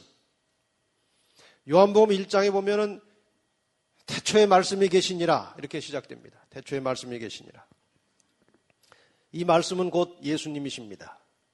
하나님의 사상과 하나님의 뜻이 형상으로 나타난 분 예수님이십니다. 그분의 모든 삶이 곧 하나님의 말씀이셨습니다. 모든 것을 하나님께 받아서 말씀하신 분, 그분이 바로 예수님이시기 때문에 또 다른 이름을 말씀이라고 했습니다. 네 번째 이름은 무엇이었습니까? 만왕의 왕, 만주의 주. 온 우주와 이 땅의 권세가 예수님에게 주어졌습니다. 이 땅의 주인으로, 이 땅의 왕으로 군림하려고 하는 사단의 모든 권세와 사단을 따르는 추종자들의 모든 세력을 파멸시키시고 그 백성들을 구원하시기 위해서 임하시는 예수 그리스도의 또 다른 이름, 그것은 왕이십니다. 만왕의 왕이시고 만주의 주이십니다. 이분이 오셔서 지금 잔치는 이제 준비가 되었고 어디에 준비됐다고 볼 수 있겠습니까? 하늘에 준비되었고 이제 초청받은 사람을 데리러 오시는 중이지요. 여기에 물론 굉장히 신학적으로 복잡한 절차가 있습니다만 여러분에게 그거 다 설명드리면 괜히 머리가 더 복잡해지기 때문에 간단하게 이제 합니다. 잔치는 어디에 준비됐어요? 하늘에 준비됐고 청함받은 사람을 데리러 내려오셨죠. 내려오셔서 이 땅에 잔치상을 또 하나 만들어 놓는데 이 땅에서 이루어지는 잔치는 무슨 잔치였습니까? 세대의 잔치라고 되어 있습니다. 왜 세대의 잔치인지 17절부터 21절까지 내용만 보면 이제 다 이해가 가게 되어 있습니다. 또 내가 보니 한 천사가 해에 서서 공중에 나는 모든 새를 향하여 큰 음성으로 외쳐가로되 하나님의 큰 잔치에 모여 왕들의 고기와 장군들의 고기와 장사들의 고기와 말들과 그 탄자들의 고기와 자유한 자들이나 종들이나 물은 대소하고 모든 자의 고기를 먹으라 하더라. 누구에게 이 고기 먹으라고 했어요? 새들에게. 그런데 이 잔치도 하나님의 큰 잔치라고 되어 있어요. 이 두 잔치가 다 누가 펼쳐놓은 잔치장입니까? 하나님께서 펼쳐놓은 잔치입니다. 구원받을 백성들을 위해서 펼쳐놓은 잔치는 어린 양의 혼인잔치라고 했고, 멸망받을 악인들을 위해서 마련된 잔치는 무슨 잔치예요? 새들의 잔치라고 한 것입니다. 둘 다 하나님께서 마련하신 잔치입니다. 또 역사가 다시 반복해서 나오죠. 19절에 또 내가 보면 그 짐승은 끝까지 나오지요. 언제까지 나올까요? 완전히 죄가 끝날 때까지 짐승이 나오는 것입니다. 이 짐승이 늘 죄의 장본인이기 때문에, 죄의 대리자이기 때문에. 또 내가 보면 그 짐승과 땅의 임금들과 그 군대들이 모여 그 말탄 자와 그의 군대로 더불어 전쟁을 일으키다가, 말탄 자는 누굽니까? 예수 그리스도와 그의 군대들과 이 땅에 있는 짐승과 임금들과 그 추종하는 모든 자들이 전쟁을 일으켰다. 이것이 바로 아마겟돈 전쟁과 연결되는 것입니다. 이게 몇째 재앙 하에서 나타나는 것입니까? 7째 재앙 하에서 나타나는 현상입니다. 다시 말하면 7째 재앙 때 누가 오셔요? 예수님이 오시지 않습니까? 그 예수님이 오실 때에 이 전쟁이 바로 그것입니다. 그의 군대로 더불어 전쟁을 일으켰다. 이것이 이제 아마겟돈 전쟁과 연결되는 것입니다. 일으켰는데 드디어 어떻게 됐습니까? 짐승이 잡히고 그 앞에서 이적을 행하던 거짓 선지자도 함께 잡혔으니 이는 짐승의 표를 받고 그의 우상에게 경배하던 자들을 이적으로 미혹하던 자라. 이 둘이 누군가요? 거짓 선지자와 짐승, 이 둘이 산채로 유황불 붙는 못에 던지우고 그 나머지는 말탄 자의 입으로 나오는 검의 죽음에 모든 새가 그 고기로 배불리우더라. 실제로 새들이 와서 그들이 죽은 시체를 쪼아 먹을 것인지 아닌지 그건 잘 모릅니다. 왜냐하면 이 땅의 구속의 역사가 이루어질 때에 짐승이나 새들도 다 죽습니까? 그들은 살아있습니까? 미처 우리가 생각 안 해본 부분이죠. 아마 모든 피조물의 세계는 예수 재림하실 때 일단 청함을 받아 하늘로 가는 백성들 외에는 모든 생명체는 다 죽습니다. 새들도 결국 죽을 거기 때문에 이것이 혹시 실제로 새들이 사람의 시체를 뜯어먹는다 해도 결국 그 새도 죽어요. 어쨌든 이것은 마지막 때에 어린 양의 혼인잔치와 대조해서 새들의 잔치로 표현된 부분입니다. 악인들의 마지막 멸망을 상징하고 있는 것입니다.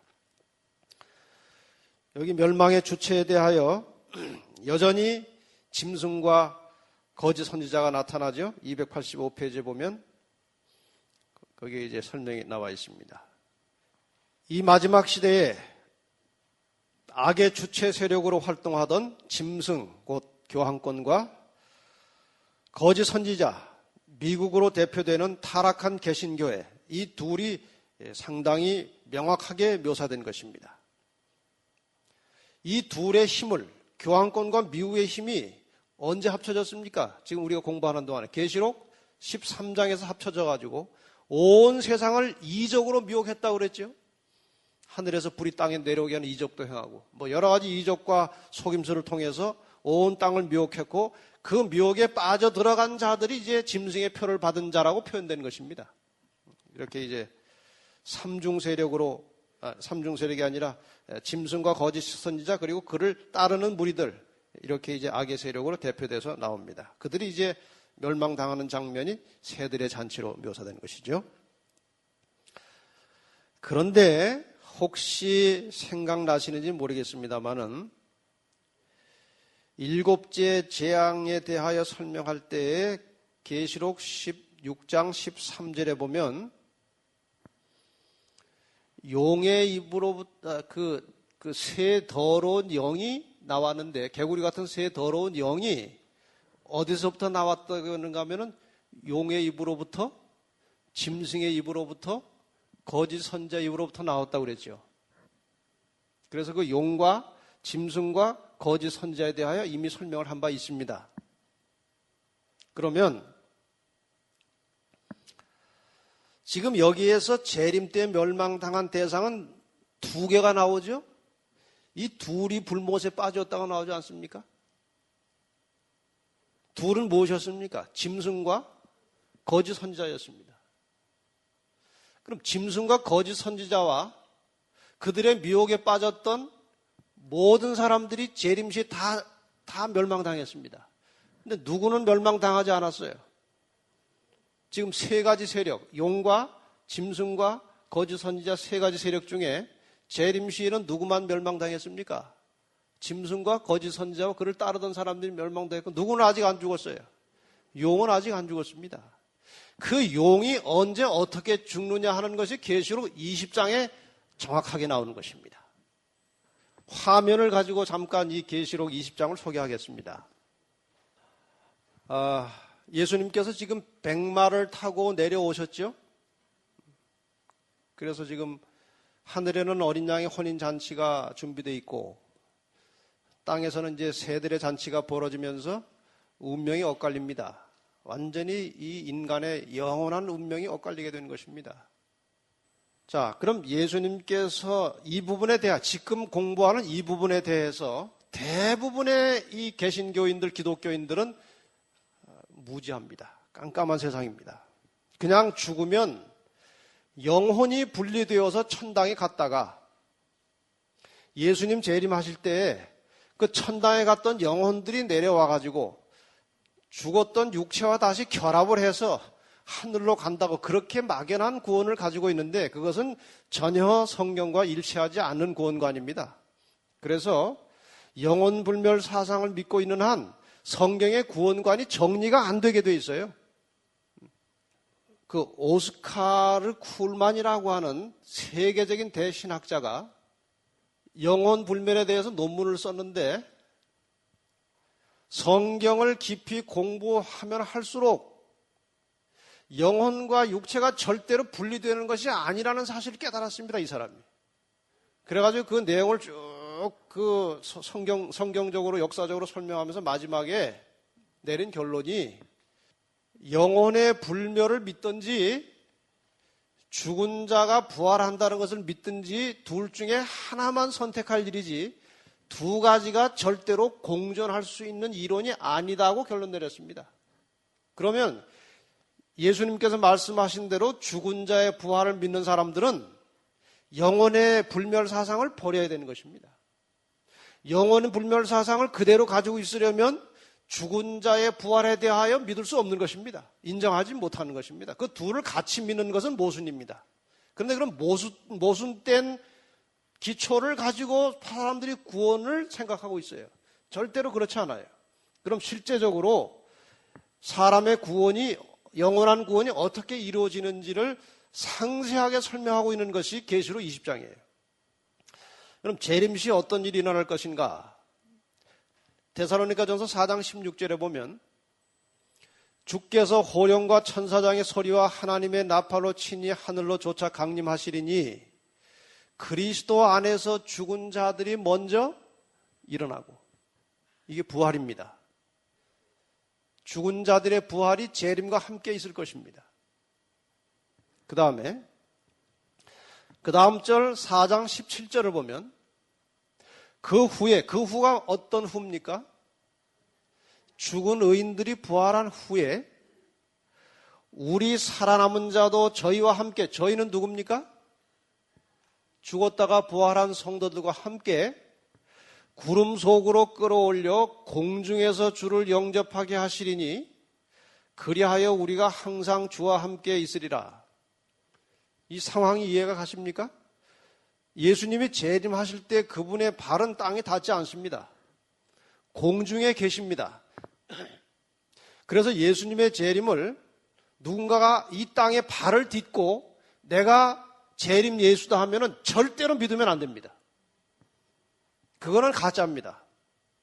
사단이 아마도 발을 딛고 있는 재림 예수로 변장해서 나타날 수도 있습니다. 그러나 그는 공중에서 나타나는 재림은 모방하지 못할 것입니다. 하나님께서 그것은 허락지 않습니다. 우리가 성경만 제대로 이해하고 있으면 사탄의 속임에 안 넘어갈 수 있어요. 얼마든지. 재림은 절대로 땅에 오시는 것이 아니고 공중에 계시고 부활한 자들이 일어나고 살아있던 성도들이 부활한 성도들과 함께 공중에서 주님을 영접한 다음에 혼인잔치가 준비된 곳으로 들어가는 것입니다. 그 다음에 이 땅에는 누가 남습니까? 악인들이 남는 것입니다. 성도들은 다 하늘로 가고 이 땅에 악인들이 남아요. 악인들은 어떻게 되는가? 데살로니가후서 1장 7절 9절에 보면 주 예수께서 저의 능력의 천사들과 함께 하늘로부터 불꽃 중에 나타나실 때에 하나님을 모르는 자들과 우리 주 예수의 복음을 복종치 않는 자들에게 형벌을 주시리니 이런 자들이 주의 얼굴과 그의 힘의 영광을 떠나 영원한 멸망의 형벌을 받을 것이다. 지금 여기 멸망당하는 자가 둘로 나눠져 있습니다. 일단 하나님을 거절하고 거부하고 안 믿는 사람들입니다. 하나님을 모르는 자들. 그 다음에 복음을 복종치 않는 자들은 누굴까요? 복음은 받았지만 진리는 깨달았지만 순종하지 않는 사람들도 같이 망하는 것입니다. 이건 굉장히 중요한 말씀이에요. 하나님 안 믿는 사람만 죽는 게 아닙니다. 복음의 말씀에 순종하지 않는 자들도 죽는 것입니다. 그래서 아까 혼인잔치에 들어갈 사람들은 뭘 입으라고 그랬습니까? 세마포 옷을 입었고 다른 말로 하면 두루마기를 입었고 그것은 항상 빨아서 깨끗해야 되는 것인데 그것은 하나님 말씀에 순종하는 성도들의 옳은 행실을 말하는 것입니다. 이렇게 해서 이제 성도들은 하늘에 갔고 악인들은 멸망당하는 장면입니다. 어디에서? 지상에서요.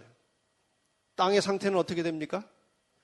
요엘 선지자가 이렇게 예언했습니다. 불이 그들의 앞을 사르며 불꽃이 그들의 뒤를 태우니 그 전의 땅은 에덴 동산 같았으나 그 후의 땅은 황무한 들 같으니 그들을 피한 자가 없도다. 이 땅은 완전히 황무하고 황폐한 땅으로 변해버립니다.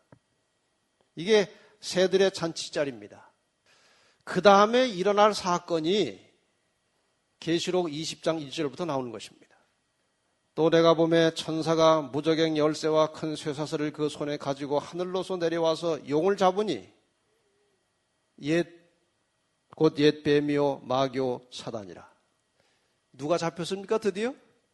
사단이 잡힌 것입니다.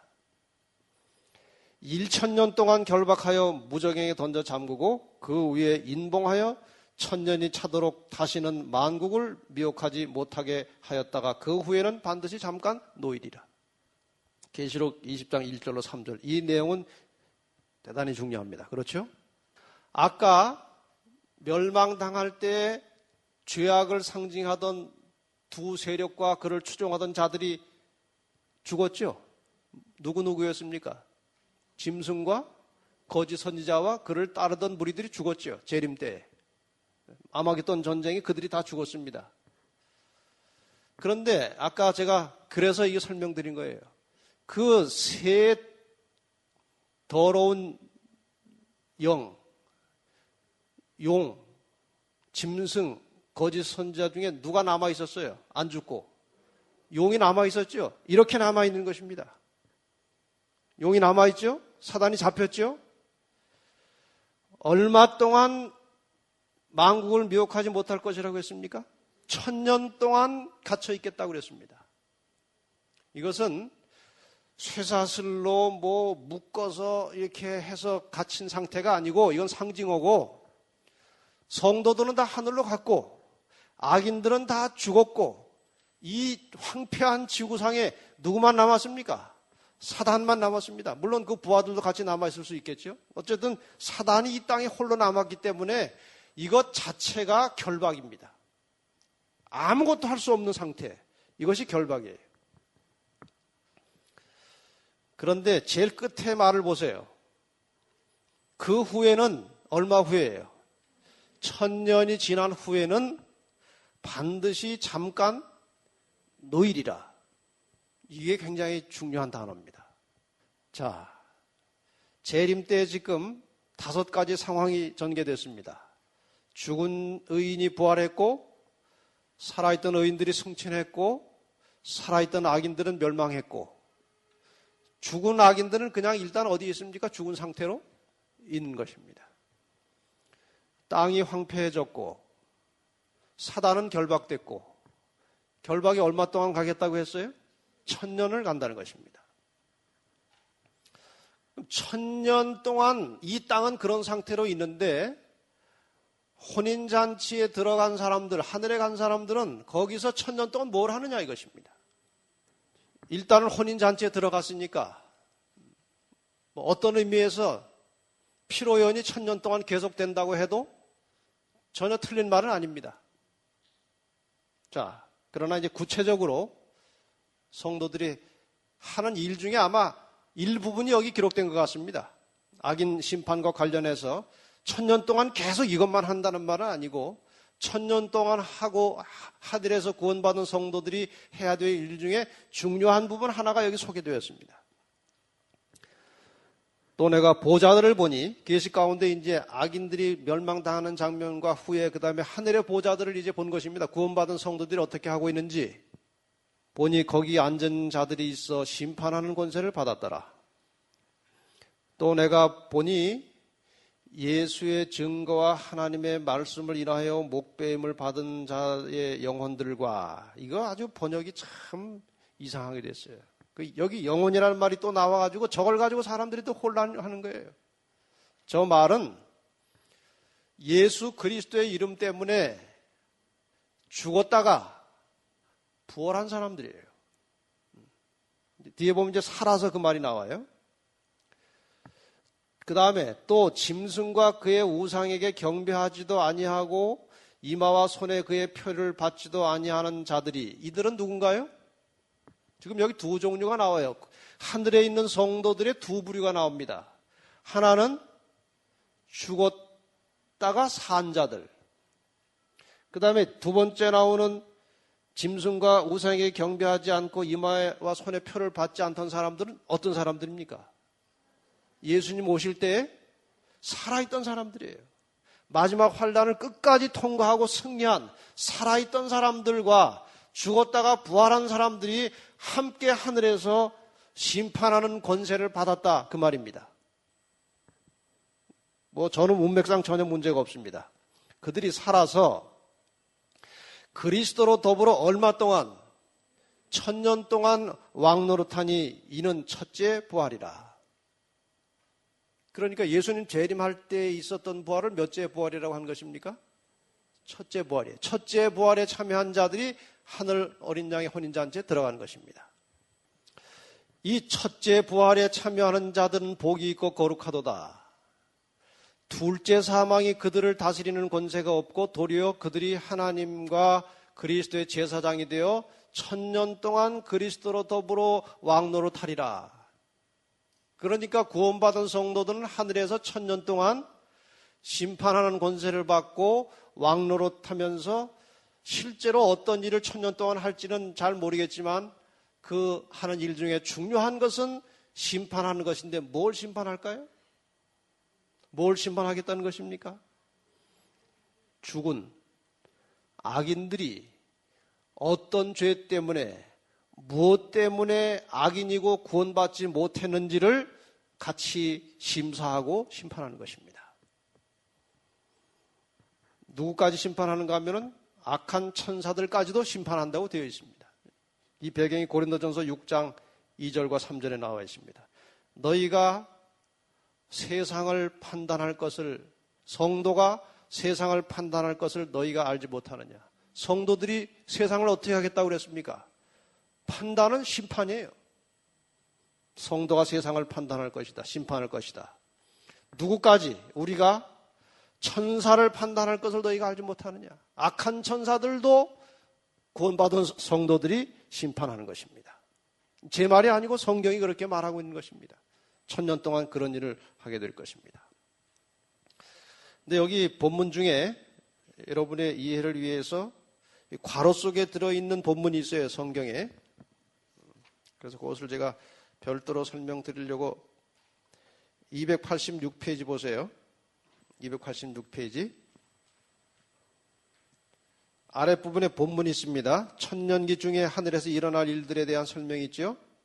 5절에 보면 천년 동안 왕노릇하니 하고 괄호 속에 들어있는 말이 있어요. 그게 뭔가요? 그 나머지 죽은 자들은 그 천년이 차기까지 살지 못하더라. 그럼 죽은 자들은 천년 후에 부활을 한다는 말입니까? 못한다는 말입니까? 이 말이. 천년이 차기까지 살지 못하더라 한 말은 천년이 차면 살 수 있다는 것입니다. 자, 도대체 이건 또 무슨 말인가? 자, 여기 잠깐 보세요. 설명이 돼서 나옵니다. 악인들은 천년기 동안 어떻게 되어 있습니까? 이 땅에서 죽어 있고, 성도들이 세상을 심판하고 판단합니다. 지구는 황폐한 상태로 있습니다. 그 다음에 천년이 다 찼다 이것입니다. 그 다음에 무슨 일이 있는가? 자, 여러분 교재를 한번 보세요. 287페이지예요. 교재. 아래 본문 보겠습니다. 7절부터 지금 6절까지 공부했어요. 7절부터 보겠습니다. 천년이 참에 사단이 그 옥에서 놓여 나와서 땅의 사방 백성 곧 곡과 마곡을 미혹하고 모아 싸움을 붙이리니 그 수가 바다 모래 같으리라. 저희가 지면에 널리 퍼져 성도들의 진과 사랑하시는 성을 두루매. 자, 여기 설명을 들으세요. 지금 이상한 일이 벌어졌습니다. 천년이 찼을 때 천년 동안 땅은 황폐한 중에 누구만 남아 있었어요? 사단만 남아 있었습니다. 물론 다른 악한 천사들도 같이 있었을 것이라고 예상됩니다만 어쨌든 사단이 남아 있었습니다. 아무것도 없었습니다. 그런데 천년이 참에 이상한 일이 벌어진 것인데 땅의 사방 백성이 보이는 것입니다. 그 수가 바다 모래같이 많은 백성이 나타났습니다. 그 다음에 성도들의 진, 성도들의 무리가 나타나는 것입니다. 어디에 보이고 있어요, 지금? 이 지상에 보이는 것입니다. 그 다음에 사랑하시는 성, 신부, 새 예루살렘이 온 것입니다. 이게 도대체 무엇이냐 이거예요. 우선 성도들의 진에 대하여 생각해 보겠습니다. 스가랴 14장 4절과 5절에 보면 그날에 그의 발이 예루살렘 앞 곧 동편 감람산에 서실 것이요 감람산은 그 한가운데가 동서로 갈라져 매우 큰 골짜기가 되어서 산 절반은 북으로 절반은 남으로 옮기고 나의 하나님 여호와께서 임하실 것이요 나의 하나님 여호와께서 어떻게 하실 것이요 임하실 것이요 모든 거룩한 자가 주와 함께 하리라. 이 말은 천년이 찼을 때 하늘의 모든 구원받은 백성들과 하늘의 가족들이 이 땅으로 내려오는 장면을 예언하고 있는 것입니다. 여러분 하늘에 가서 영원히 삽니까? 아니에요. 원래 이 땅의 인간의 고향은 어디입니까? 이 땅입니다. 그래서 하늘에 가서 우리가 좀 아까 그 혼인잔치의 비유로 하자면 피로연 결혼식은 그 유대인의 결혼 예식에 보면 결혼 기간이 여러 날인데 예식은 중간에 잠깐 합니다. 그리고 앞뒤로 잔치가 계속 벌어지고 있어요. 그것을 염두에 두고 이 글을 기록한 것 같아요. 요한이. 천년간의 피로연이 계속되는 것입니다. 천년이 찼을 때 하늘의 모든 가족들이 이 땅으로 내려왔습니다. 그때 발은 공중에 있는 것이 아니고 땅에 닿는 것입니다. 재림하실 때는 공중에 있고 세 번째 오실 때에는 땅에 닿습니다. 하늘의 모든 가족들이 함께 이 땅에 내려왔습니다. 그래서 성도들의 진과 예루살렘 성이 보이는 것인데 예루살렘이 내려오는 장면도 나오죠. 계시록 21장 2절에 또 내가 보매 거룩한 성 새 예루살렘이 하나님께로부터 하늘에서 내려오니 그 예비한 것이 신부가 남편을 위하여 단장한 것 같더라. 내려왔습니까? 땅으로? 새 예루살렘도 내려왔고 하늘의 모든 구원받은 성도들과 가족들도 내려왔습니다. 이 땅을 차지할 사람들은 온유한 자라고 말씀하십니다. 온유한 사람들이 이 땅의 주인이 될 것입니다. 넘어가겠습니다. 그래서 사단이 그 옥에서 놓여 나왔다는 말은 무슨 뜻입니까? 할 일이 생겼다 이것입니다. 아까는 할 일이 없었는데 천년 동안은 땅의 사방 백성 곧 곡과 마곡을 미혹하고, 곡과 마곡이라는 말이 좀 더 어려운 말이라 이것은 에스겔에 사용하던 용어입니다. 에스겔에 나오는 용어입니다.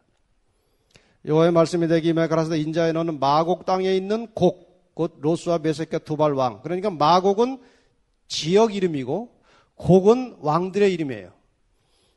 이 마곡은 이스라엘 북방에 위치한 지역이 마곡이었고 거기에 왕들이 계속 이스라엘을 괴롭혔습니다. 그래서 악의 세력을 다 합쳐서 하나님 백성들을 대적하는 악의 세력을 다 합쳐서 곡과 마곡이라고 한 것입니다. 그런데 저 악인들은 도대체 어떻게 살아나는가? 287페이지에 보시면 중간에 요한복음 5장 28절과 29절에 두 개의 심판이 예언되어 있습니다. 두 개의 부활이 예언되어 있습니다. 요한복음 5장 28절 29절 찾으셨으면 같이 읽겠습니다. 287페이지 중간입니다. 시작. 이를 기이 여기지 말라. 무덤 속에 있는 자가 다 그의 음성을 들을 때가 오나니 선한 일을 행한 자는 생명의 부활로 악한 일을 행한 자는 심판의 부활로 나오리라. 악인도 부활합니까? 안 합니까? 하지요? 악인이 부활하는 시기는 언제입니까? 천년이 찼을 때 부활하는 것입니다. 그래서 여기 지금 모래같이 많은 곡과 마곡, 그 악인들의 정체는 뭡니까? 죽었다가 부활한 악인들입니다. 자, 그러면은 이 죽었다가 부활한 악인들이 지면에 널리 퍼져 성도들의 진과 사랑하시는 성을 어떻게 둘렀다는 것은 무엇입니까? 포위한 것입니다. 어떻게 하려고? 공격하려고. 이 상태에서 하늘에서 불이 내려와 저희를 소멸하고 그렇게 됩니다. 이 불이 영원히 타는 불일까요? 성경이 말하는 마지막 지옥불이 이것입니다. 지옥은 땅속에 있는 불이 아니에요. 그건 아주 어리석은 사람들이 믿는 이치입니다. 마지막 지옥불은 여기서 나타나는 거예요. 여기서 하나님께서 불을 내리시는 것입니다. 그런데 이 불이 많은 사람들이 생각하는 대로 꺼지지 않는 영원한 불이라면 저 새 예루살렘 성에 들어있는 구원받은 성도들은 영원토록 무슨 구경만 하게 됩니까? 나가면 불이에요. 나가면 불, 나가면 불이에요. 이치가 맞질 않아요. 여기 말 그대로 저희를 어떻게 하고 소멸하고 태워서 멸망시켜서 끝내는 것입니다. 소멸되는 것입니다. 이렇게 해서 모든 죄악의 근거와 결과와 흔적과 본질이 끝나는 것입니다. 지금 천년이 찼을 때에 이 장면은 굉장히 엄숙한 장면이에요. 모든 악의 세력과 모든 선의 세력이 현장에서 정면으로 만난 것입니다. 모든 악인들이 구원받은 성도들을 목도하게 될 것입니다. 예수 그리스도의 영광스러운 장면을 보게 될 것입니다. 이 분노한 악인들이 그 성을 공격할 때 불이 내려와서 끝나는 것입니다. 이제 그 마지막 장면에 대해서 계시록 20장 12절로 15절을 읽고 끝나겠습니다. 조금 시간이 또 늦어져서 죄송합니다.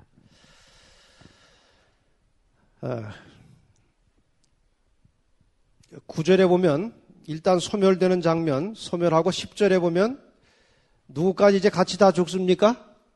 저희를 미혹하는 마귀가 불과 유황못에 던지우니. 아까는 짐승과 거짓 선지자와 그 미혹된 자들이 죽었잖아요. 근데 천년이 찼을 때에는 이제 마귀까지 다 한꺼번에 소멸되는 것입니다. 12절 아랫부분입니다. 또 내가 보니 죽은 자들이 물은 대소하고 그 보좌 앞에 섰는데 책들이 펴있고 또 다른 책들이 펴졌으니 곧 생명책이라. 죽은 자들이 자기 행위를 따라 책들에 기록된 대로 심판을 받으니 바다가 그 가운데 죽은 자들을 내어주고 또 사망과 음부도 그 가운데서 죽은 자들을 내어주매 각 사람이 자기의 행위대로 심판을 받고 사망과 음부도 불못에 던지오니 이것은 둘째 사망 곧 불못이라. 누구든지 생명책에 기록되지 못한 자는 불못에 던지오더라. 이 계시록 20장의 끄트머리가 바로 이것입니다. 책에 대해서는 설명 이미 드렸고요. 여기 성경에 보면 책이 세 종류가 나옵니다. 생명책이 나오고 책들, 그것은 죄책입니다. 그다음에 기념책이 나오고. 지금 이 심판이 어떻게 진행됐는지 마지막으로 다시 한번 설명하시는 거예요. 책들을 펴고 낱낱이 살펴서 심판했다는 것입니다. 죄책을 펴고. 그러니까 1000년 동안 성도들이 그냥 하는 것이 아니라 죄책을 펴놓고 죄인들을 심판한다는 뜻입니다. 그런 과정을 다 지금 설명하고 있는 것입니다. 어떤 사람은 화장해서 죽은 사람은 어떻게 부활합니까? 그래요. 여기 보면은 화장을 해가지고 뼈를 다 바다에 뿌려도 바다도 죽은 자를 내어줄 것이라고 그랬습니다. 사람이 화장을 해도 원소는 이 땅에 남아 있습니다. 결국 모든 자들은 부활해서 살아날 것이고 이 악인들은 심판으로 망하게 될 것입니다. 자, 이제 이 두 부활과 두 사망에 대해서 잠깐 설명드리고 끝나겠습니다. 재림할 때 일어나는 부활을 무슨 부활이라고 했습니까? 의인의 부활. 세 번째 오실 때 나타나는 부활은 악인의 부활. 그래서 이것을 의인의 부활을 첫째 부활, 악인의 부활을 둘째 부활. 첫째 부활은 또 무슨 부활이랍니까? 요한복음 5장에 의하면 생명의 부활, 둘째 부활은 심판의 부활. 사망도 또 두 번 있죠. 재림하시기 전에 죽었던 사망을 무슨 사망이라고 합니까? 첫째 사망. 둘째 부활을 일에 일어났다가 다시 죽습니까? 다시 죽죠. 그 죽음을 무슨 사망이라고 합니까? 둘째 사망.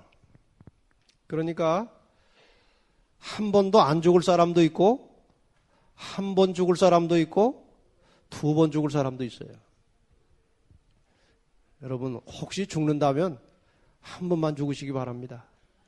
두 번 죽는 것은 큰 불행이에요. 제발 부탁입니다. 저도 여러분도 아예 죽지 않던지 한 번만 죽어서 하늘의 백성이 되시기를 바랍니다. 이 모든 예언은 참되고 진실한 것입니다. 결국 이 땅의 모든 사람들은 둘로 나뉘어질 것이고 마침내 그리스도의 재림과 함께 우리의 영원한 운명은 결정되고 한 사람은 한 무리는 어린 양의 혼인잔치로 한 무리는 새들의 잔치로 참석하게 될 것인데 여기 오신 분들 한 사람도 절대로 새들의 잔치에 들어가지 마시고 어린 양의 혼인잔치에 청함을 받아 들어가는 성도들이 되시기를 바라면서 말씀을 마치겠습니다. 기도하시겠습니다. 사랑의 아버지, 저희들에게 이처럼 밝은 빛을 주셔서 감사합니다. 우리의 구원이 이처럼 구체적으로 실제적으로 일어나고 있음을 계시의 말씀을 통해서 가르쳐 주시고 보여주신 것을 감사합니다. 우리 모두 다 어린 양의 혼인잔치에 들어가기를 원합니다. 우리를 초청해 주신 하나님 감사합니다. 잔치집에 들어가기 전에 예복을 입기 원합니다.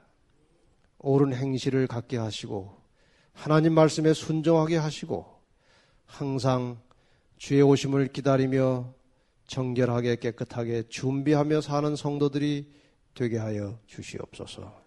예수님의 이름으로 간절히 기도하옵나이다.